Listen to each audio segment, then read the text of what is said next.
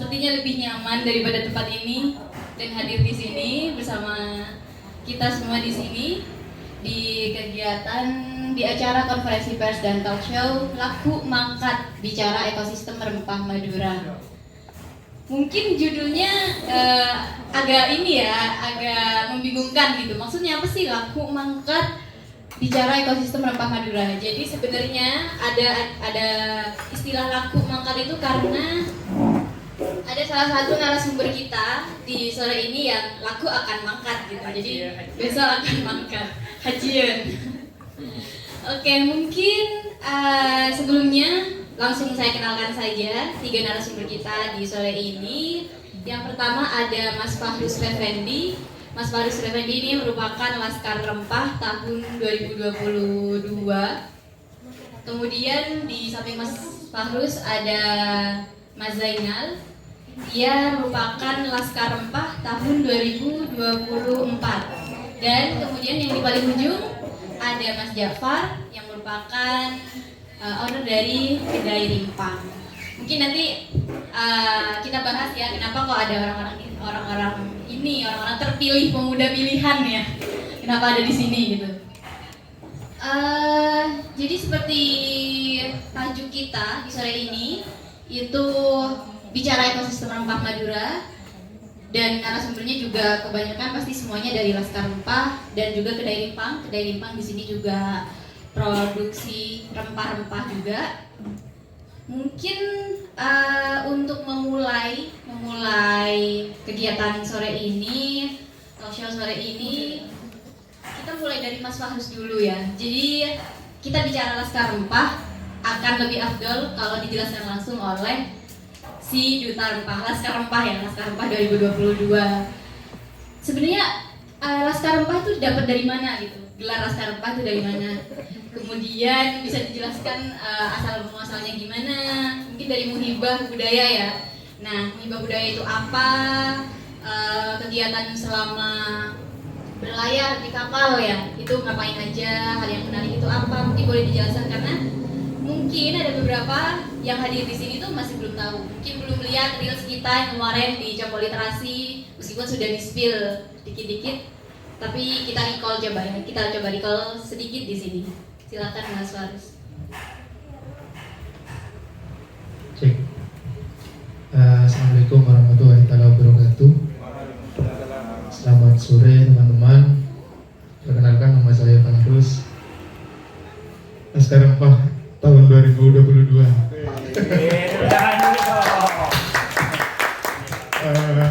Begini teman-teman sekalian, pasti banyak yang bertanya-tanya juga apa sih Muhibah Budaya Jalur Rempah itu. Kalau kita lihat di Google ya, Muhibah Budaya Jalur Rempah itu sebuah ekspedisi mengulang kembali sejarah-sejarah yang pernah dilalui oleh bangsa-bangsa Eropa untuk mencari rempah-rempah ke Nusantara, terutama ke wilayah timur, Banda Neira.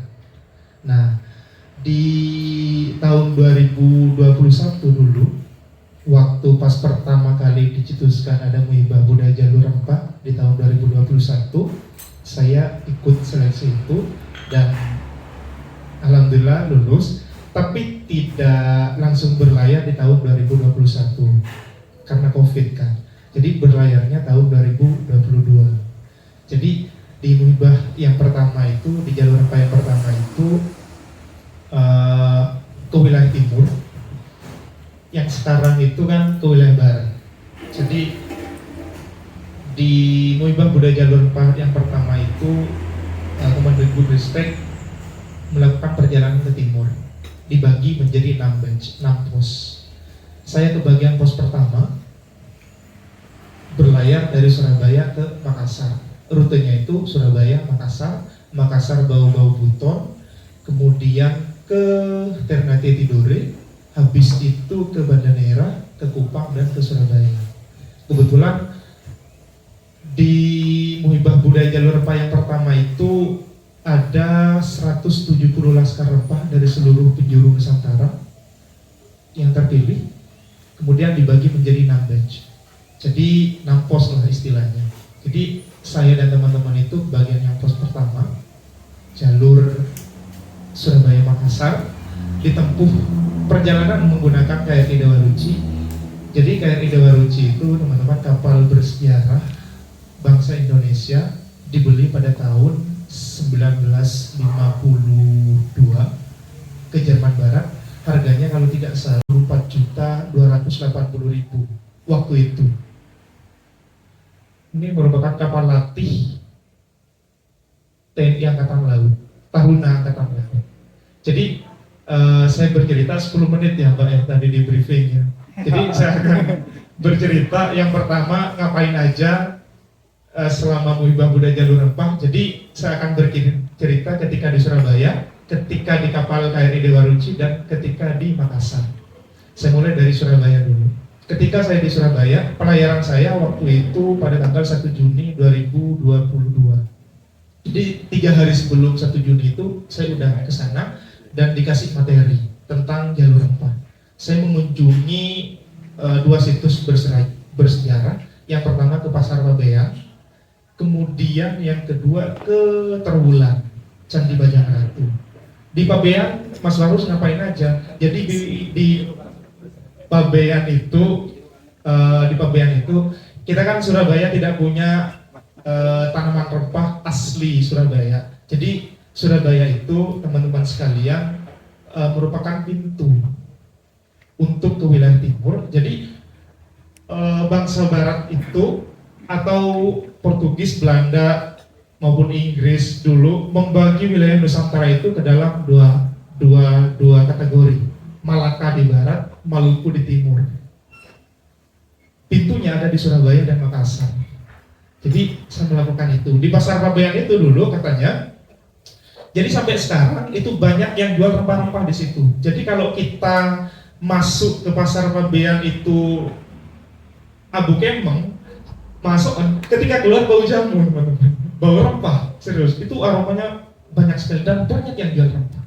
Katanya dulu itu sebagai pelabuhan bangsa Barat untuk berhenti, terminal lah istilahnya, pelabuhan.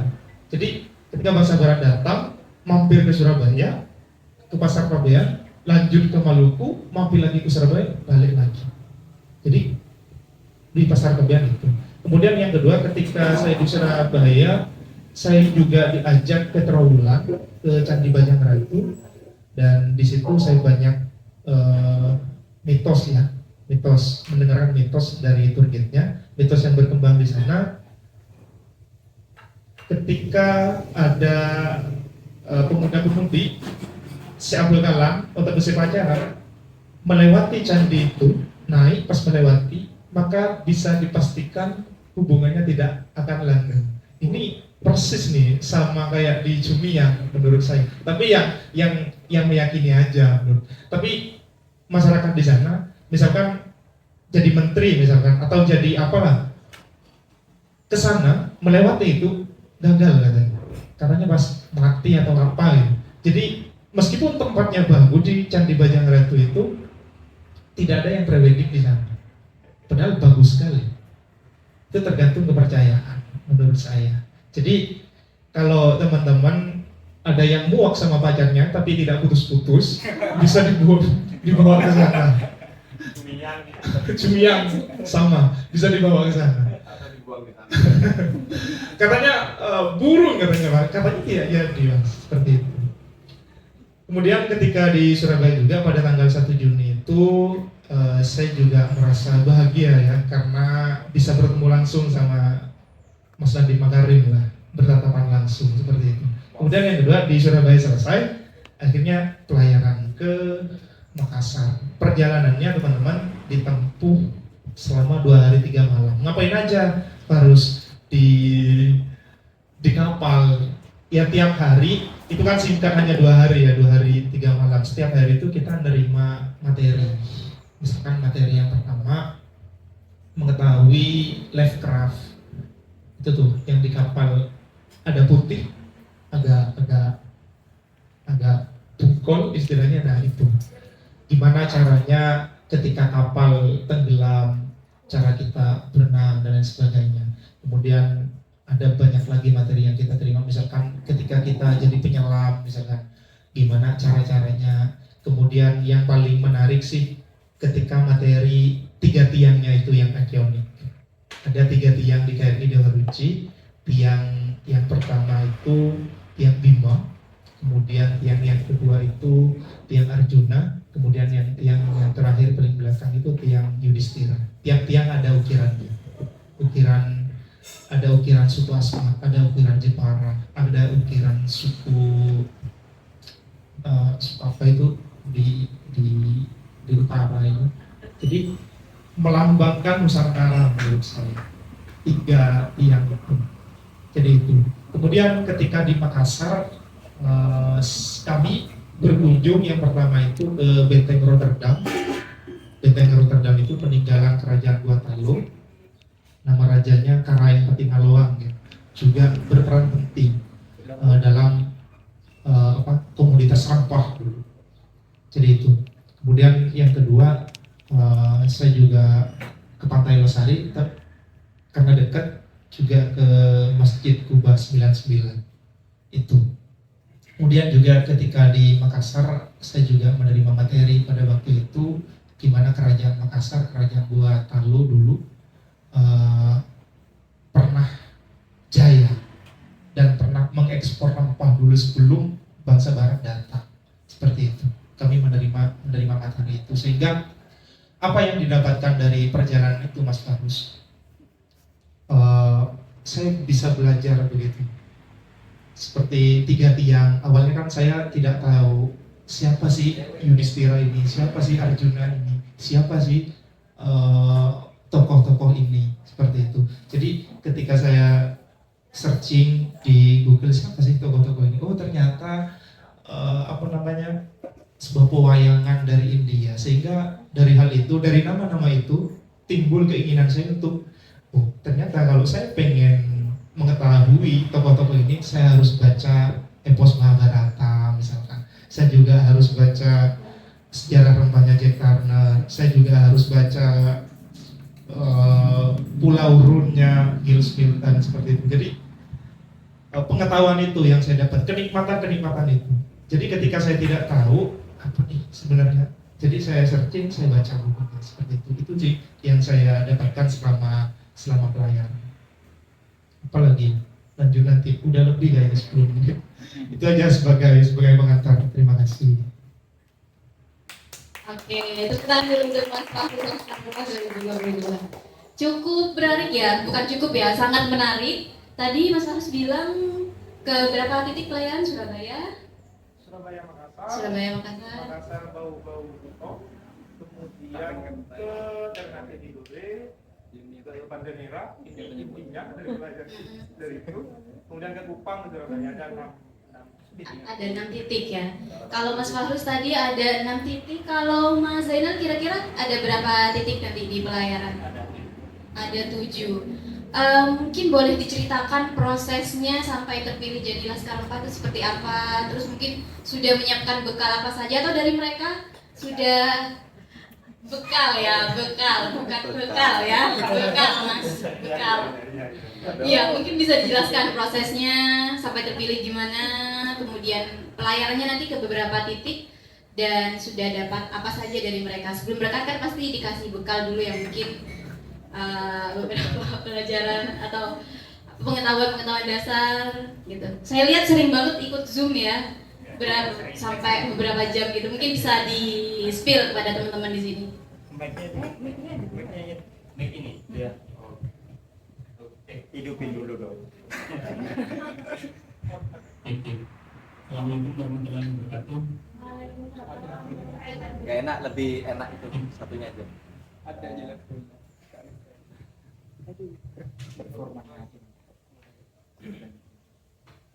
Selamat sore teman-teman.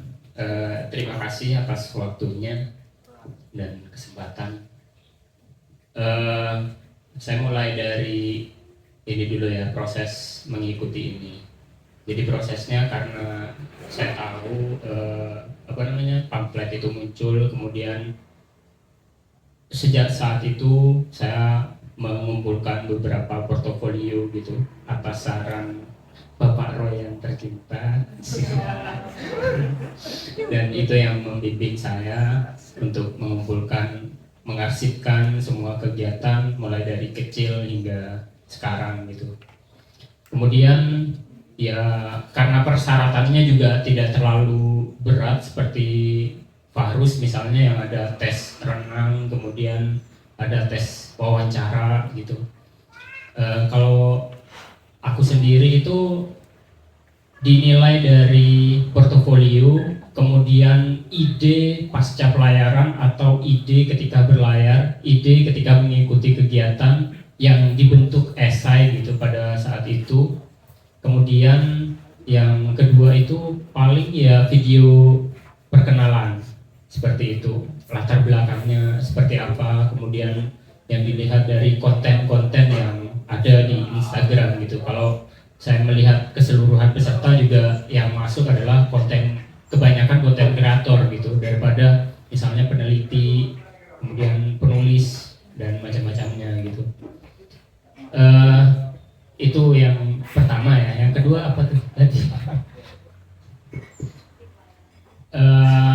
Aku gak terlalu gak terlalu mengikuti Zoom karena memang bekerja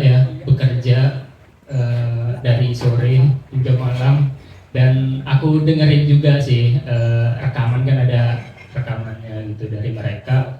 Ya paling tidak mereka memberikan pengetahuan bekal gitu sebelum kita berlayar gitu, kayak cara-cara menghadapi kenyataan, enggak cara-cara menghadapi pada saat di kapal dan macam-macamnya, kemudian pengetahuan tentang rempah seperti yang di buku Jack Turner dan macam-macamnya, itu juga dibahas gitu di sana oleh para pakar gitu. Nah, kemudian yang kalau titik pelayarannya itu aku masuk di batch 2, batch kayu manis. Itu aku berlayar dari Dumai itu di Pekanbaru, kemudian lanjut ke Sabang itu di Aceh, kemudian habis dari Sabang itu ke Malaka itu di Malaysia, kemudian ke Tanjung Uban di Kepulauan Riau sama dengan Pekanbaru juga gitu. Iya.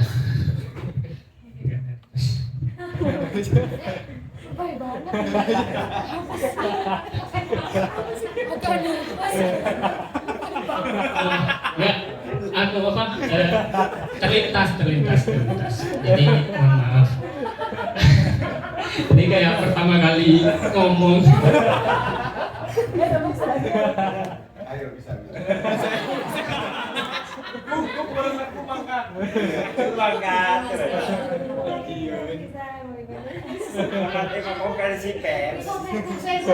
Oke, mungkin bisa dilanjut tipsnya secara spesifik buat lolos, kira-kira mungkin ada yang ingin ikut juga. Oke, teman-teman mungkin dari sekarang itu mulai mengarsipkan kegiatan. Ingat-ingat waktu kecil kalian berprestasi seperti apa, kemudian didokumentasikan dengan baik, jangan sampai hilang. Kemudian untuk tinggal lihat infonya seperti apa, kemudian ya tinggal menyesuaikan ide yang bakal kalian bentuk itu seperti apa dan bagaimana itu ya. Oke, jadi tipsnya seperti itu ya. Kalau mungkin masih kurang jelas, sebenarnya di live kemarin, jadi Cokualitas kemarin sempat live bersama Mas Fahrus dan Mas Zainal juga. Di sana kita juga bahas tipsnya supaya lolos, bisa ada yang ingin ikut juga. Dan di sana juga kemarin kita sempat bahas perihal pasca kegiatan, kira-kira Mas Zainal mau ngapain dan lain sebagainya. Dan sempat posting di Reels call for support gitu. Jadi yang mau support Mas Zainal nih gitu, dan ternyata dari pihak Kedai Rimpang komen. Jadi makanya ada Mas Jafar di sini gitu. Jadi mungkin ada yang bertanya-tanya kenapa ada Kedai Rimpang di sini, karena Kedai Rimpang kemarin bersedia untuk support Mas Zainal di kegiatan.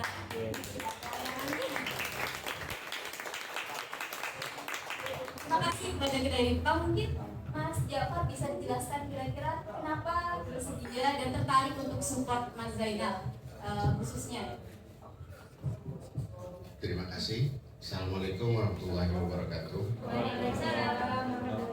Terima kasih teman-teman sudah datang semua di acara ini. Terutama kayaknya ada Mas Fahri ya. Halo Mas. Kenapa Kedai Rimpang mau support acara ini? Satu, karena kemarin Compok Literasi Mas Hari yang hubungi saya. Itu kemudian rempah utamanya, dan rimpang ini kan kurang-kurang lebih lah maknanya. Pelestariannya yang harus terus jalan, intinya itu. Ketika ada beberapa anak muda yang terpilih di Pamekasan, dan ternyata ada Mas Fahrus yang sebelumnya sudah pernah melakukan perjalanan ini yang saya kira harus banget untuk disupport. Apa yang mau dilakukan, apa yang akan mereka hasilkan nantinya, itu yang harus kita support. Saya kira ya bukan hanya Kedai Rimpang aja sih, tapi kita semua. Karena ya kalau kita bicara tentang rempah itu sudah ada dua bagian sebenarnya. Ada rempah secara komoditas, ada rempah secara produk. Yang rempah secara produk itu juga lagi digalakkan sekarang secara nasional. Selain juga rempah secara komoditasnya, ada pala, cengkeh, dan segala macam. Jadi rempah sudah menjadi bagian ekonomi global dan segala macam. Itu nanti teman-teman bisa cari, bisa riset.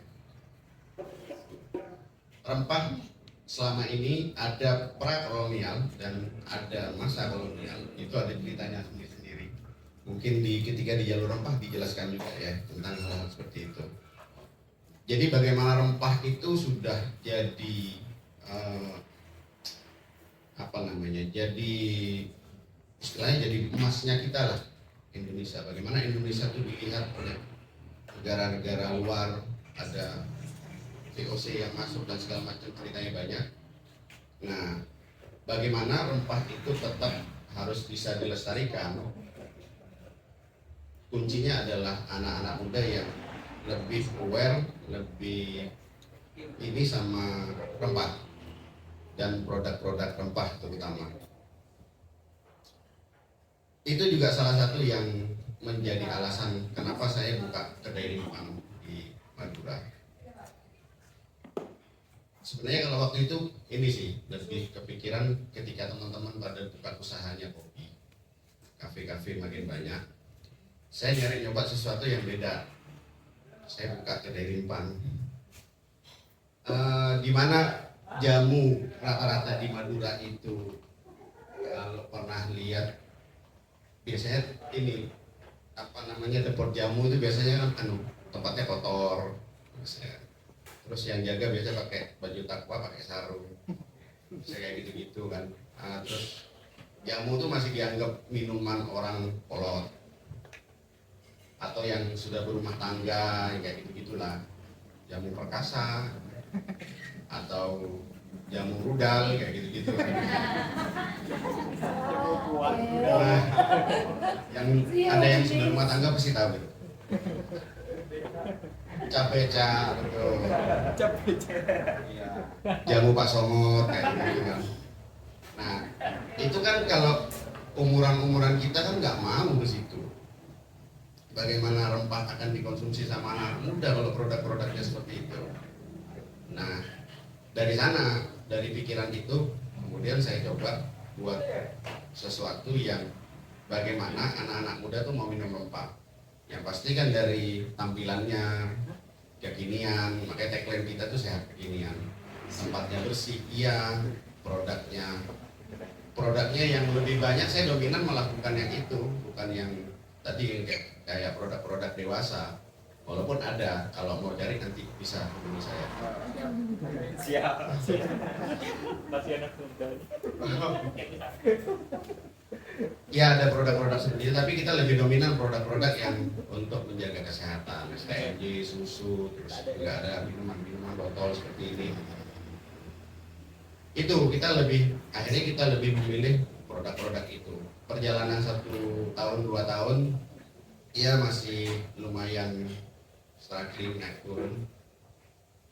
Kita sekarang sudah di tahun ke-5, ke-6, kita ke-6.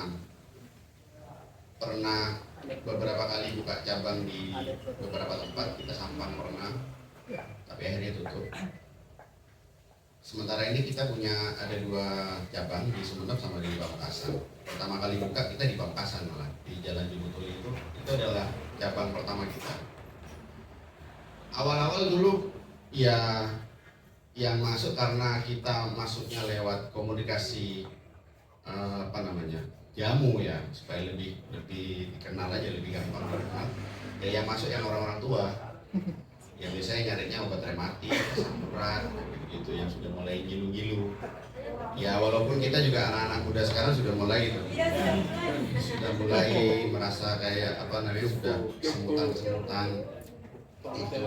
Dan ada teman-teman baru bahwa angka diabetes sekarang makin mudah. Kalau dulu 40 tahun ke atas, sekarang sudah ada yang ginjalnya bocor di umuran belasan tahun karena minuman-minuman yang tidak sehat.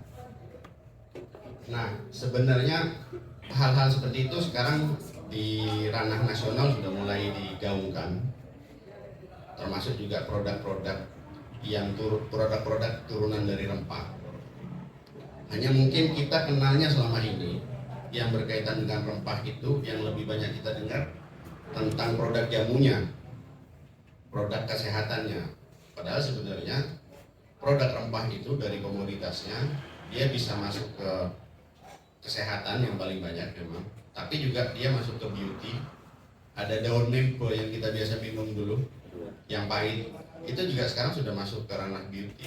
Ada yang jadi facial, ada yang masker, ada yang sabun muka dan segala macam. Dan tren-tren herbal kan sekarang sudah mulai naik gitu.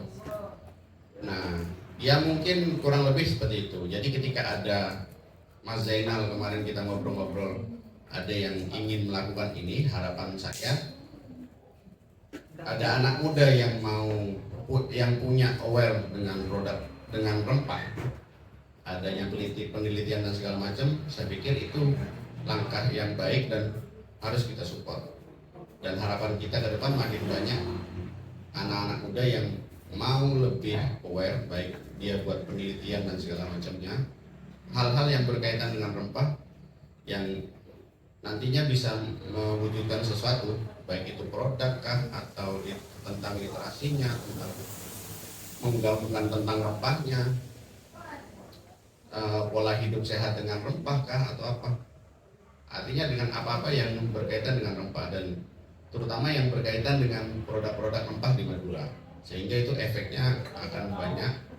Petani rempahnya juga makin punya pasar dengan produk-produknya, dan saya yakin akan lebih banyak efek positifnya. Ya kurang lebih dari saya itu, biar nggak terlalu berat dulu. Oke.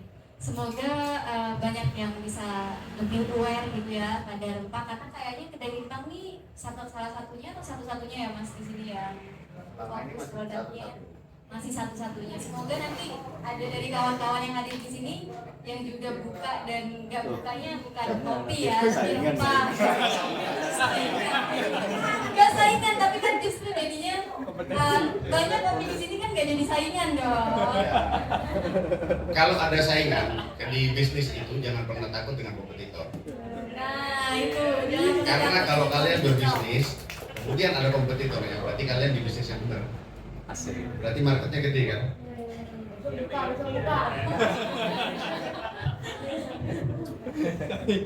Oke, mungkin kita balik lagi ke Mas Zainal ya, ke pelayarannya. Kira-kira pasca dari pelayaran sudah ada kebayang nggak? Tadi kan bilang ada esai, jadi sebelum keterima dinyatakan lolos ada esai yang di situ harus tulis. Kira-kira pasca pelayaran mau ngapain aja?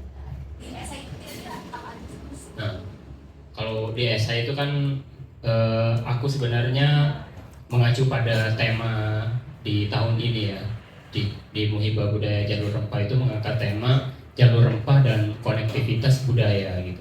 Bagaimana kebudayaan itu membentuk karakter Indonesia kayak gitu. Jadi karakter yang kita munculkan hari ini gitu. Kan otomatis kan mereka berpandangan kemudian mengikuti gerak-gerik bangsa Eropa yang datang atau manusia purba yang lain gitu kan nggak tahu. Nah, acuannya pada tema kemudian yang kebetulan gitu. Kalau misalnya tema ini hanya dibahas secara luar gitu, nggak keberlanjutan, karena aku pribadi itu nggak pengen ketika ada acara itu cuma seremonial gitu, eventan gitu, itu nggak pengen. Dan yang ku tekankan di dalam esaiku itu tentu yang berkelanjutan. Gimana caranya jalur rempah ini nggak berhenti ketika aku selesai gitu mengikuti kegiatan itu, tapi dia terus menerus menjadi tempat mengedukasi masyarakat dan macam-macamnya gitu. Ya tentu saja di dalam itu ada riset gitu yang bakal aku lakukan ketika di Madura, baik itu sebelum pelayaran maupun pasca pelayaran gitu.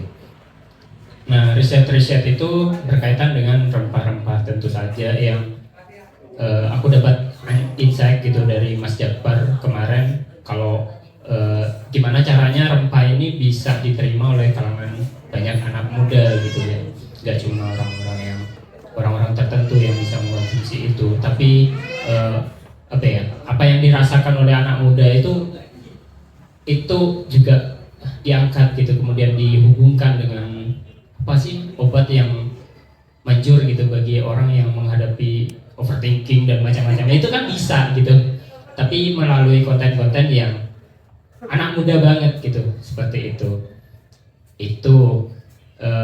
Jadi riset. Jadi hasil riset itu tentu saja itu bakal aku arsipkan gitu ya, arsipkan jadi beberapa ya arsip lah yang diarsipkan oleh Joko Literasi gitu. Kemudian itu bakal kita bagi ke sekolah-sekolah anak muda dan macam-macamnya. Nah, kalau di pelayaran itu yang bakal kita kolaborasikan adalah selain tugas-tugas di jalur rempah ya yang bakal aku terima, aku bakal reportase perjalananku bakal aku bagi gitu ke teman-teman melalui kanal Instagram aku pribadi, kemudian dikolaborasikan dengan Copok Literasi dan Kedai Rimpang seperti itu. Jadi reportase perjalanan mulai dari Dumai kemudian kembali lagi ke Tanjung Uban dan ke sini gitu, itu bakal aku bagikan gitu ke teman-teman, baik itu sejarahnya, histori gitu dan macam-macam. Karena di dalam jalur Muhibah Budaya Jalur Rempah itu kan yang harus diangkat adalah 5 pilar jalur rempah. Yang pertama itu wastra atau kriya gitu, kerajinan tangan atau batik-batik itu. Kemudian seni budaya, kuliner, ramuan dan historinya gitu, sejarahnya. Itu yang bakal aku reportasekan gitu ke teman-teman gitu. Tapi dihubungkan dengan misalnya apa yang ada di Madura gitu, kemudian disangkut pautin dengan hal yang ada di sana gitu. Mungkin ada gitu, kemungkinan itu bakal aku bagi gitu ke teman-teman.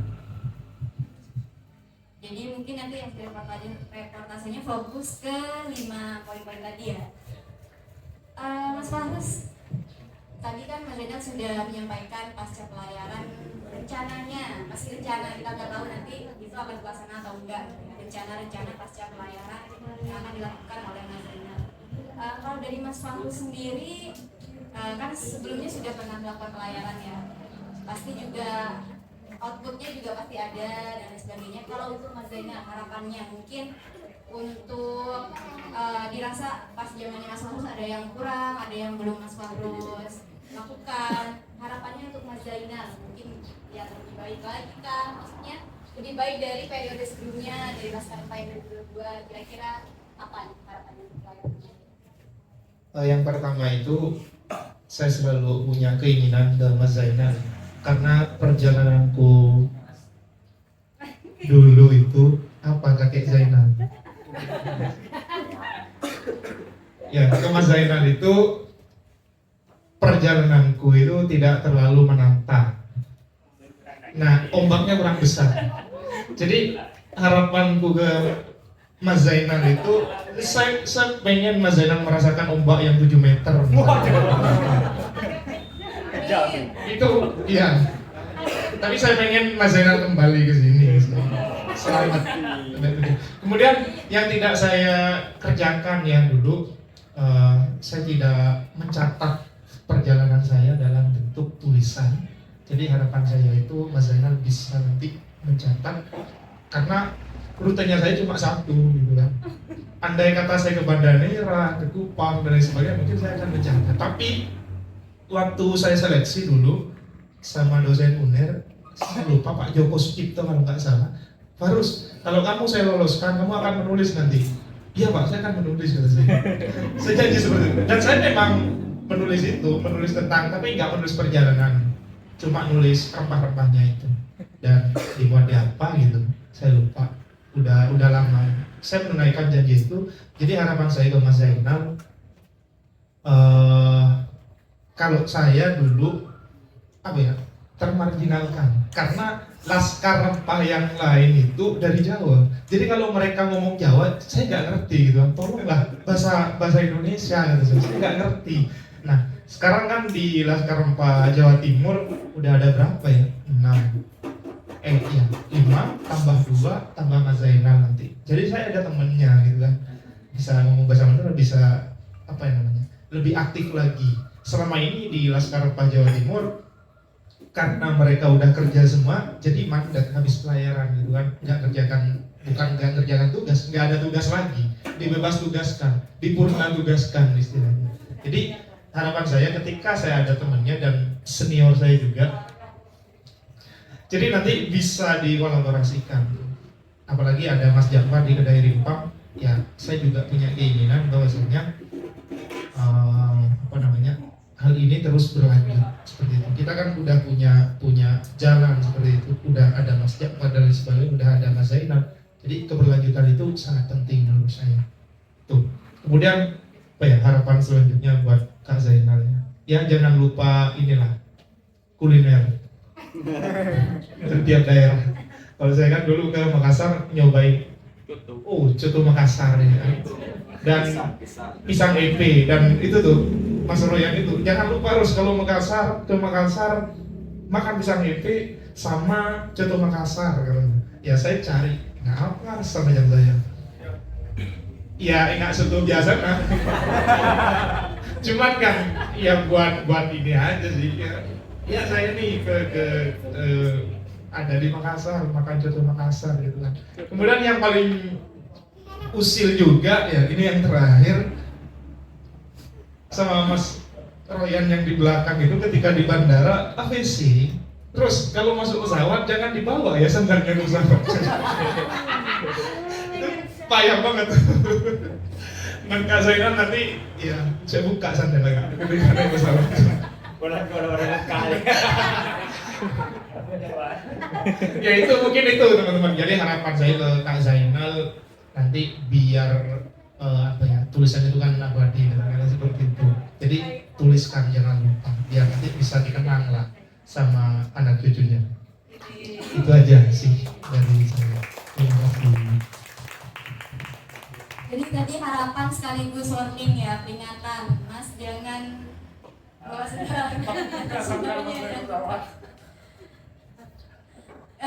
Kalau dari Mas Faris tadi mungkin agak ekstrim ya yang awalnya.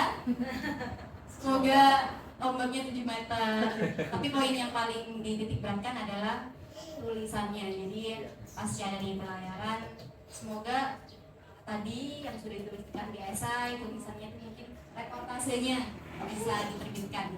Kalau dari Mas Jafar sendiri mungkin harapannya khusus buat pelayarannya Mas Zainal. Kalau tadi kan untuk hari ini, kalau Mas Zainal kira-kira Kalau untuk Mas Zainal mungkin biar cepat dapat bekal ya, cepat nikah, biar bisa. Oh sudah, cepat nikah, biar bisa coba jamu nanti. Biar Itu bisa dibawa berlayar. harapannya untuk Mas Zainal ya. Untuk Iya. pelayarannya. Untuk pelayarannya semoga selamat, tidak ada halangan rintangan apa-apa. Pokoknya seluruh udah. Nanti akan dapat banyak insight-insight bagus yang bisa di-share buat kita. Kemudian mungkin ada harapan juga buat dari saya. Nanti setelah acara ini dan Mas Zainal nanti setelah melakukan pelayaran ini nyambung dengan apa yang tadi disampaikan sama Mas Fahrus, itu ke depan akan ada acara-acara seperti ini lagi, ada acara-acara yang karena begini, tantangannya di Rempah itu di hulu dan di hilir. Di hulu mungkin ya seperti kayak fluktuasi harganya, di petaninya, iklim dan segala macam. Tapi di hilir di bawah tantangannya adalah narator. Kita kekurangan narator. Orang-orang yang mau menarasikan tentang Rempah, orang-orang yang mengerti tentang sejarahnya, orang-orang yang mengerti tentang dan bisa menyampaikan tentang bagaimana Rempah itu selama ini, Rempah Indonesia itu selama ini dilirik sama Eropa, nilai ekonomi dan segala macamnya. Selain bagaimana komoditas rempah itu bisa diolah di sini dan punya nilai jual yang lebih, punya punya nilai jual yang lebih, nilai jual yang tinggi, sehingga yang kita ekspor bukan lagi komoditas tapi barang-barang setengah jadi atau barang-barang jadi. Dan itu saya pernah baca di 2023 itu salah satu ada di Sumeneb ini, salah satunya itu Kelor. Kelor itu kalau nggak salah itu $2.000 atau berapa gitu, nilainya tinggi, nilai ekspornya lumayan tinggi tuh. Dan itu paling besar di Jawa Timur, programnya Bu Hovifa di desa devisa kalau nggak salah itu kemarin. Artinya sebenarnya di Madura sendiri itu juga banyak produk-produk yang produk-produk rempah yang belum dijamah. Pinang seperti misalnya, Pinang itu belum dilakukan apa-apa, bahkan petani-petaninya juga masih kekurangan regenerasi dan segala macam. Artinya awalnya itu butuh narator. Nah, anak-anak muda seperti kita adalah orang-orang yang punya tanggung jawab untuk bagaimana keberlanjutan rempah ini terus jalan dengan narasi-narasi kita. Apalagi sekarang di zaman medsos seperti sekarang kan, TikTok dan segala macam, yang awareness-nya bisa cepat tinggi. Harapannya nanti ada kegiatan-kegiatan sosial, ada movement sosial. Itu yang harapannya nanti ke depan bakal banyak kegiatan-kegiatan seperti ini. Kurang lebih itu mungkin, Mbak. Jadi tadi lebih menekankan bahwa kita kekurangan narator dari Rempah. Harapannya jadi kedepannya nanti akan ada lebih banyak lagi kegiatan-kegiatan semacam ini yang mengangkat Rempah sebagai pembahasannya, sebagai isu utamanya. Ngomong-ngomong narator nih, Mas Zainal, tadi kan Mas Zainal menyampaikan bahwa pasca pelayaran akan melakukan riset dan hal lain sebagainya itu. Tadi kan juga sempat sudah disampaikan juga ya di IG Kepo Literasi bahwa akan kolaborasi dengan kedai limpah. Mungkin itu bisa jadi salah satu jalan yang tadi gitu, karena kita kekurangan narator, mungkin bentuk kolaborasi ini bisa jadi salah satu opsi. Kira-kira seperti apa kolaborasinya? Bentuk kolaborasinya ya reportasenya itu macam-macam ya, ada yang berbentuk narasi, kemudian ada yang berbentuk video gitu, ada yang berbentuk ya kontennya tentu saja edukasi ya, bernilai edukatif gitu ke masyarakat, terutama ya anak muda gitu ya, gitu sih. Itu aja. Value-nya ya buat apa ya, buat menyadarkan berantem menyadarkan orang perlu diruqyah gitu. Ya mungkin itu ya cikal bakal untuk sadar gitu ya, barangkali sedikit atau banyak ya alhamdulillah gitu kalau teman-teman sadar akan kesehatan gitu yang yang harus diselesaikan dengan rempah gitu, itu aja. Oke, jadi bentuk kolaborasinya tadi itu berdasarkan hasil risetnya, itu juga jadi bentuk kolaborasi, terus hasil reportasenya dan sebagainya. Ya pasti akan ada kegiatan pasca pelayaran ya. Salah satunya tadi yang sudah disebutkan Mas Zainal, bentuknya video, esai, tulisan dan sebagainya. Mungkin nanti untuk lebih lanjutnya kita bisa diskusi aja kali ya. Mungkin ada beberapa yang masih jadi pertanyaan atau kurang jelas. Kawan-kawan yang ada di sini yang mau bertanya mungkin boleh angkat tangan. Habib Cek.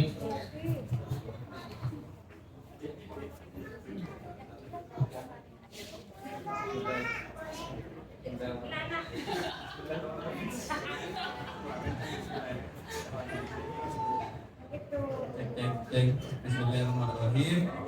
Assalamualaikum warahmatullahi wabarakatuh. Ini mohon maaf yang sebesar-besarnya kalau semisal saya menanyakan hal yang udah diomongkan di depan. Soalnya dari tadi aku ngambil video. Pertanyaannya ini ke Mas Fahrus. Mas Fahrus, saya mau menanyakan ini. Kalau pasti Mas Fahrus mengalami yang namanya apa ya? Kaget akan budaya yang ada di apa namanya? Ya kalau kata anak zaman sekarang tuh culture shock itu mungkin Mas Fahrus bisa menceritakan culture shock yang udah Mas Fahrus temui di pelayanan setelah mengalami pelayanan tersebut. Terus untuk pertanyaan kedua ke Mas Jafar, saya mau bertanya tentang ini. Mas Jafar tadi ngomong ada harapan di Mas Jafar semoga anak muda lebih aware dengan produk-produk rempah dan produk-produk keturunan rempah kayak rimpangan dan terus pertanyaannya gini, yang udah Mas Jafar itu persiapkan sebelum adanya kolaborasi ini untuk membuat anak muda itu lebih aware dengan produk-produk turunan rempah itu seperti apa? Mungkin dari itu kalau ke Mas Zainal nanti aja. Oke, terima kasih Mas Habib atas pertanyaannya. Tadi pertanyaan pertama kepada Mas Fahrus, mengalami culture shock nggak waktu pelayaran? Oke, terima kasih pertanyaannya. Jadi teman saya itu waktu pas pelayaran dari ujung barat Indonesia sampai ke ujung timur Indonesia, ya cara mengatasi culture shock itu tadi sebenarnya tidak mengalami itu karena kita satu niat, satu profesi lah katakanlah seperti itu, jadi nyambung aja gitu kan. Ketika kami misalkan masih di LPMP ngomongin rempah dan ngomongin sejarah rempahnya aja karena tahu semua, jadi nyambung ngomongnya gitu kan. Dan itu yang saya rasakan, jadi tidak ada tuh istilahnya ketika di kapal kami ya memang saling support seperti itu, dan beruntungnya tidak ada yang sakit di kapal. Kalau ada satu fenomena ketika kan ombak sedikit ini kapal oleng lah, ketika siang hari itu nggak terlalu. Nah pas menjelang maghrib ini udah oleng kayak gini. Jadi ada teman saya itu, dan ini gambaran aja sama Kak Zainal, jadi tempat tidurnya kayak barak tentara, jadi 1, 2, 3 kayak gitu. Nah teman saya itu dari Lampung di paling atas, Jadi ketika ombak dia jatuh ke bawah dan teman-teman semuanya bantu dan dia cedera, terkilir tangannya. Dan kami bahu-membahu memanggilkan dokter, ada dokternya juga, dokter tentara. Jadi lengkap di sana teman-teman. Saya pikir kapal tentara itu nggak jualan, ternyata ada jualan bakso di situ. Bakso samudra dan enak sekali baksonya, karena nggak ada lagi. Dan makanannya itu ganti-ganti. Ini ya saya luput yang menceritakan tadi. Jadi makannya itu 3 kali sehari, makan pagi, siang sama malam. Jadi kami makan itu kayak tentara gitu kan. Kami duduk, ada pembinanya, baca doa, silakan makan. Pas kayak ada belnya, kerunung gitu, silakan makan. Awas ya, sendoknya yang ke mulutnya, bukan mulutnya yang ke sendoknya, nggak boleh bunyi kayak gitu, makanya nggak boleh bunyi. Jadi kami nggak kerenang bunyinya sendok nggak seperti, jadi kayak gitu. Jadi menunya ubah-ubah tuh, ada ban dan lain sebagainya. Jadi Dewa Ruci itu ada 3 dek, kayak kapalnya Nabi Nuh ya. Ada 3 dek. Dek paling bawah itu dek tempat diubah kalau Dewa Ruci, perbekalan, pisang dan sebagainya ada di situ, banyak tuh di kamar tuh banyak. Kemudian ada mesin juga. Di lantai 2 ada ini tempat tidur, tempat makan juga, kamar mandi mas. Jadi ketika mandi itu ya harus pegangan. Jadi kayak gini mandinya, jangan. Jadi seperti itu. Kemudian itu sih. Itu aja. Oke, Mas Habib, mungkin sebelum lanjut ke pertanyaan kedua, ada tanggapan atau sudah cukup? Oke. Mungkin langsung ke pertanyaan kedua. Tadi Mas Habib menanyakan sebelum adanya kolaborasi ini, upaya apa yang sudah Mas Jafar lakukan? Upaya untuk Anak muda supaya lebih kuat. Sebelum saya jawab itu, saya mau kasih satu tips ya, satu kata-kata untuk buat nembak pasangan. Ada satu kata-kata begini, jamu itu pahit karena yang manis itu kamu.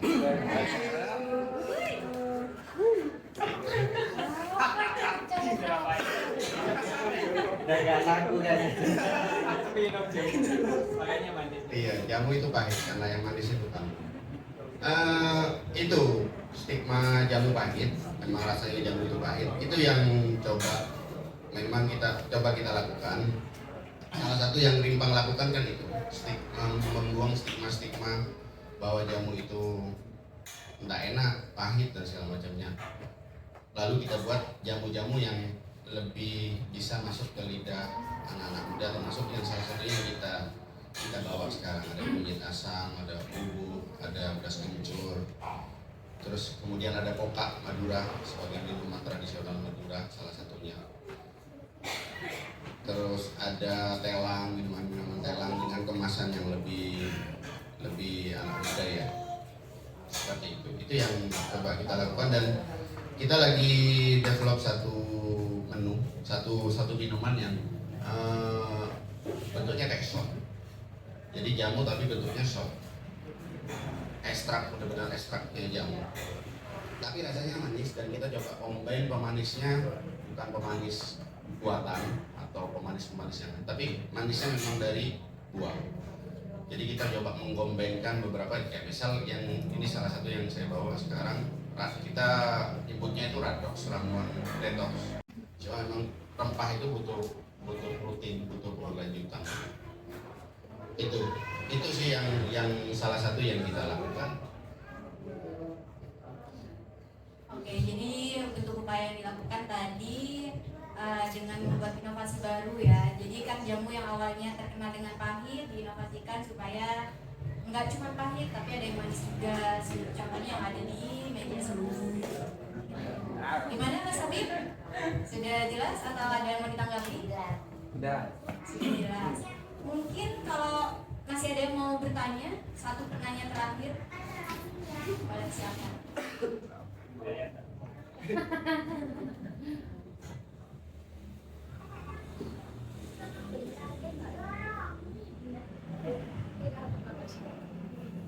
Selamat sore semuanya.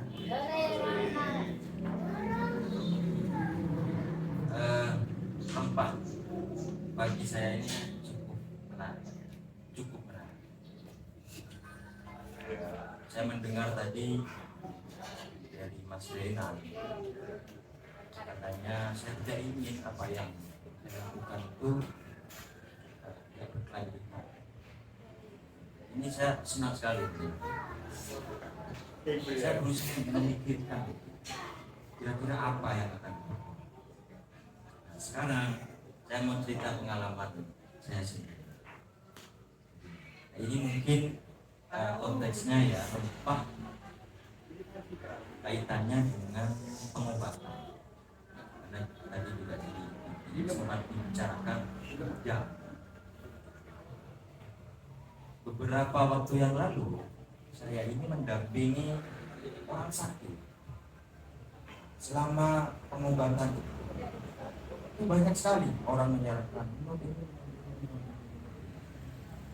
itu saya gak langsung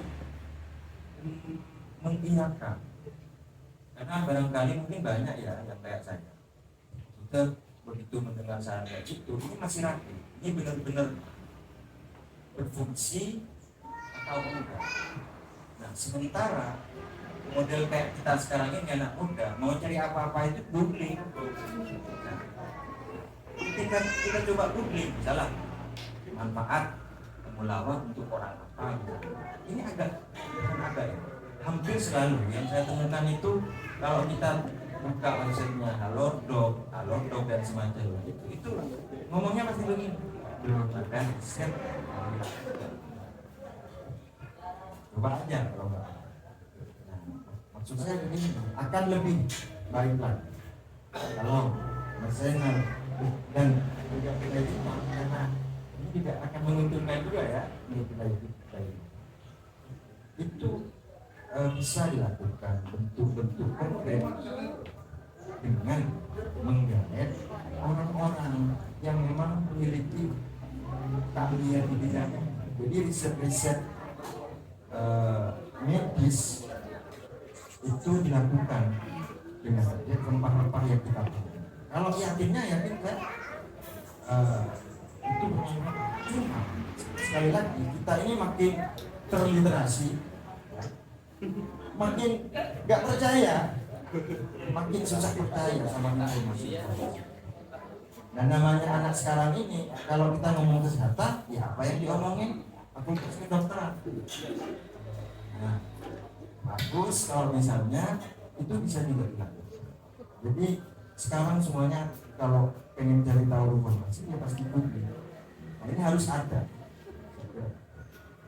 Jadi nggak cuma cara-cara kampanye marketing yang seperti dilakukan orang kopi pada umumnya. Karena ini barang berat sebenarnya ini musuhnya itu farmasi. Oke, saya kira itu. Terima kasih.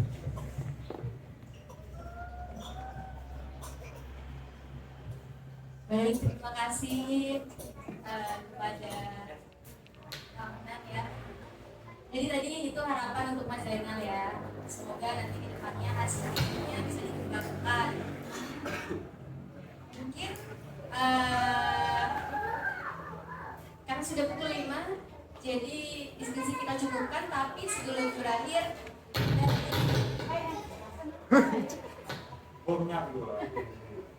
dari Mas Jafar, dari pihak PT Rimpang mau ada challenge nih. Gimana Mas Jafar, kira-kira challenge seperti apa? Ada 10 orang yang kita mau challenge untuk minum jamu barak. Ayo takut kuat nanti Jadi ada 10 peserta yang silakan dipilih oleh ini nanti manusia. Atau ada relawan yang mau berkenan tanpa harus ditunjuk? Ayo. Iya.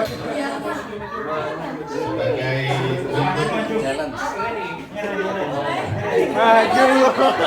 kita siapkan ada 10 tapi bisa semua yang lain. Dua.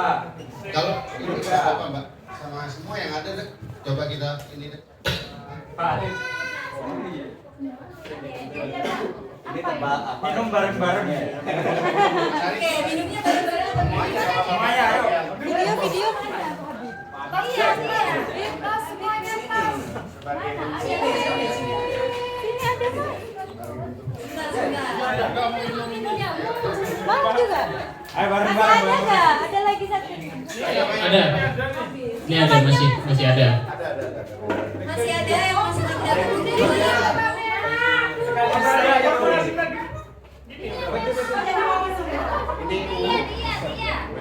Ada yang ada bagian. Ada yang belum bagian? Sudah. Sudah bareng-bareng ya kita minum ya. Dibuka ya. 1, 2, 3. Iya bareng-bareng sambil minum. Oh bareng-bareng minum ya. Ini ya rempah Madura untuk Indonesia.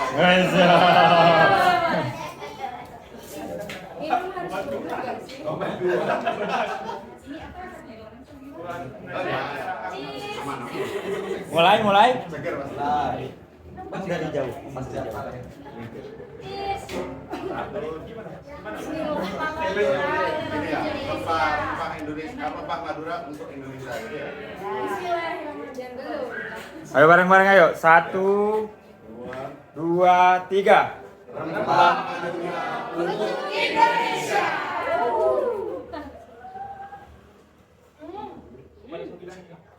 Enak. Cheese-nya mana?